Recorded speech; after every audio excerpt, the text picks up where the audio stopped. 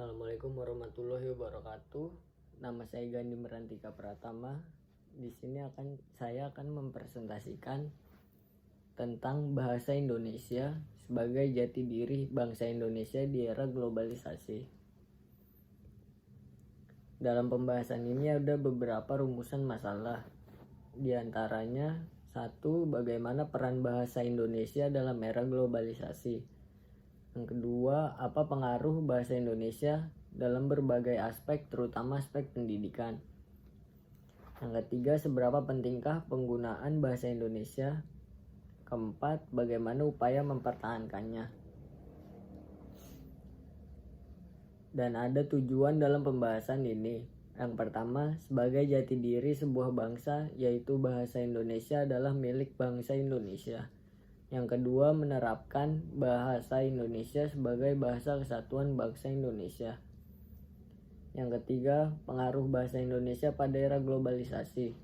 Yang keempat, peranan yang cukup penting dalam berkomunikasi di berbagai provinsi di Indonesia. Adapun manfaat yang bisa diambil dari pembahasan ini.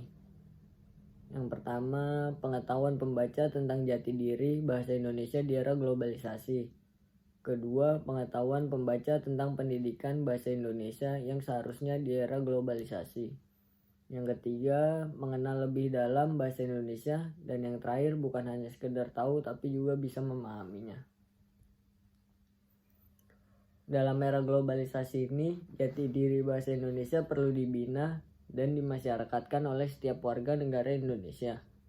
Hal ini diperlukan agar bangsa Indonesia tidak terbawa arus oleh pengaruh dan budaya asing yang jelas-jelas tidak sesuai dan bahkan tidak cocok dengan bahasa dan budaya bangsa Indonesia. Pengaruh dari luar atau pengaruh asing ini sangat besar kemungkinannya terjadi pada era globalisasi ini.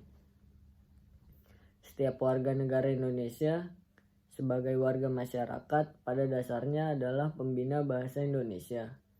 Hal ini tidak berlebihan karena tujuan utama pembinaan bahasa Indonesia ialah menumbuhkan dan membina sikap positif terhadap bahasa Indonesia. Untuk menyatakan sikap positif ini dapat dilakukan dengan 1. Sikap kesetiaan berbahasa Indonesia, dan yang kedua, sikap kebanggaan berbahasa Indonesia. Di samping itu, disiplin berbahasa nasional juga menunjukkan rasa cinta kepada bahasa, tanah air, dan negara kesatuan Republik Indonesia. Setiap warga negara Indonesia mesti bangga mempunyai bahasa Indonesia dan lalu menggunakannya dengan baik dan benar. Rasa kebanggaan ini pula lah yang dapat menimbulkan rasa nasionalisme dan rasa cinta tanah air yang mendalam. Setiap warga negara yang baik mesti malu apabila tidak dapat menggunakan bahasa Indonesia dengan baik dan benar. Sikap pemakai bahasa Indonesia demikian ini merupakan sikap yang positif, baik dan terpuji. Sebaliknya, apabila yang muncul adalah sikap negatif, tidak baik dan tidak terpuji, akan berdampak pada pemakaian bahasa Indonesia yang kurang terbina dengan baik. Mereka menggunakan bahasa Indonesia asal orang mengerti.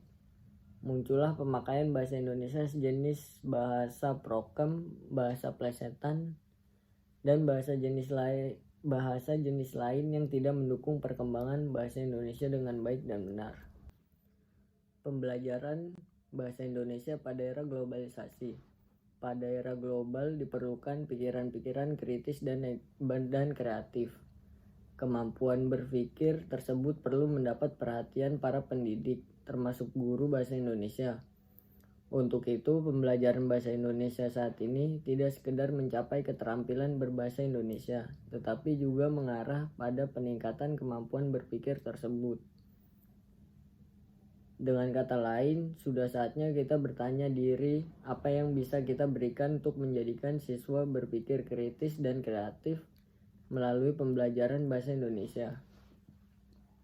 Berpikir kritis merupakan salah satu kegiatan manusia yang saat ini sangat diperlukan untuk mengembangkan berbagai jenis kehidupan, baik sosial, budaya, maupun teknologi. faktor penghambat dan pendukung. Dalam pembelajaran berbicara, siswa diharapkan mampu menyampaikan pikiran-pikiran kritis dan kreatif dalam menghadapi berbagai fenomena kehidupan.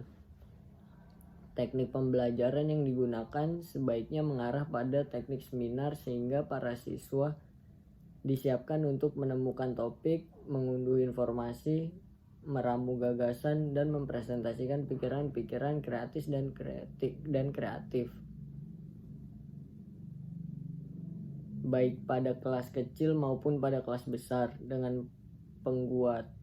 penguatan seperti itu, pembelajaran bahasa dapat berkiprah pada pemecahan masalah yang terjadi dalam kehidupan.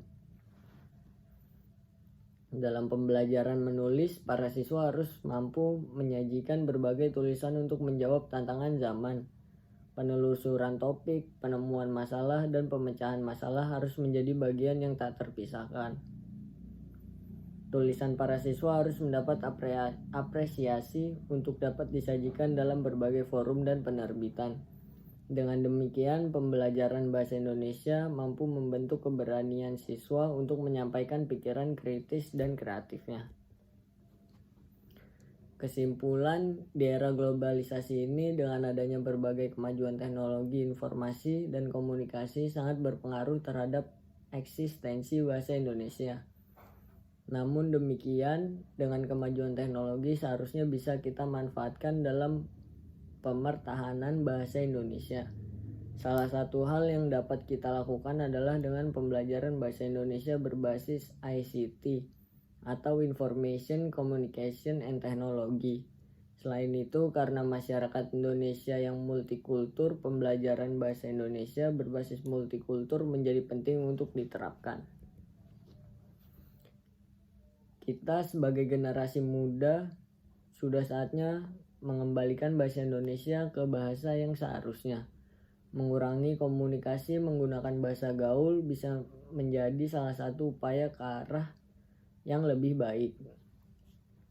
Sebagai realisasinya, yaitu dengan membiasakan menggunakan bahasa Indonesia yang baik di lingkungan keluarga. Penggunaan SMS yang baik dan benar pun bisa pula kita lestarikan untuk memperbaiki penggunaan bahasa Indonesia secara benar. Segitu saja dari saya, sekian dan terima kasih.